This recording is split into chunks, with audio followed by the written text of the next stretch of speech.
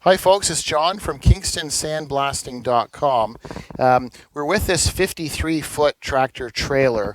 In an earlier video, we had it over at the front and we were showing you how badly rusted it was and heavily flaked and layers of rust. So this has now just been sandblasted. So I don't want to bore you too much, but we're just going to briefly go through, because when they drop these trailers off, we still have to blow off because we just finished sandblasting. So there's still some sand residue here. We'll blow it off and then we're going to get ready to do a two-part epoxy to seal it. But what I wanted to do is just going to kind of walk through quickly and just show you, because if you recall in the earlier video, it's an incredible amount of rust.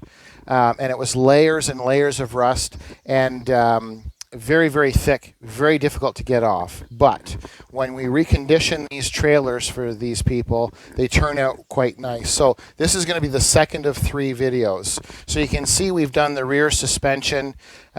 We get underneath the trailer. We get in almost all the nooks and crannies. We do the cross member, the axles, the main supports. So basically there's a lot of tricky spots to get in and out of.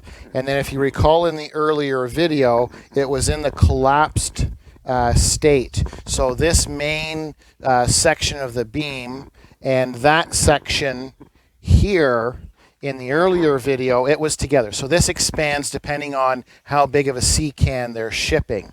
So what we always do when we're getting ready to media blast them and then also to epoxy them is we put the special brake on. We have a big forklift. We pull it or expand it to its fullest state. And then from this point, then we do all of the work. So we'll just keep coming this way. So you can see all of the stickers are gone, all of the heavy rust, the layers of rust. There was like pockets of it in all the nooks and crannies, and now it's all gone. All of the cross bracing had almost like multiple layers, and it's incredible what steel does when it's rusty. Because when it gets really rusty, it's almost like taking pieces of paper and stacking about 5 or 6 layers of paper, and then they just kind of rust in layers like that. It's very difficult to blast it. So you can see with the camera, if the camera person shoots kind of up this way, you can see there's a lot of angles throughout the trailer. And then we see here where, so what we kind of got ahead of myself. So after we sandblast these, we then do an inspection on the trailers. And there was heavy rust in this area. There was heavy rust in this area. There was holes through, and also on this other end. So the guys just finished doing the repair. The camera person's missing the other patch, I think. Yes. So we got the patch there, and then if she turns the other way, you can see the other patch there, and then our bigger one here.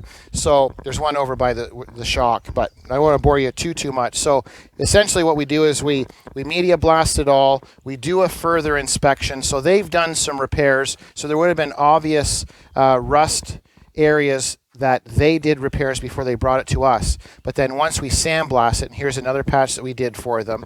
So what we'll do, it's getting later on in the day, what we'll do is we'll re-blast those little patches that we did, and then you won't really notice them, and then we'll blow it all off. We'll prepare everything for the two-part epoxy, and we'll apply this incredibly strong and durable black two-part epoxy to seal the steel. And then once it's cured, then we'll be putting a high gloss top coat on top of that. So this is the second of 3 videos, and what we'll do is we'll share with you after it's all epoxied and painted, and show you, because it's incredible, the transformation from one of these older trailers, and you make it kind of fresh and new again. So I thank you for watching. I'm John from kingstonpowdercoating.com.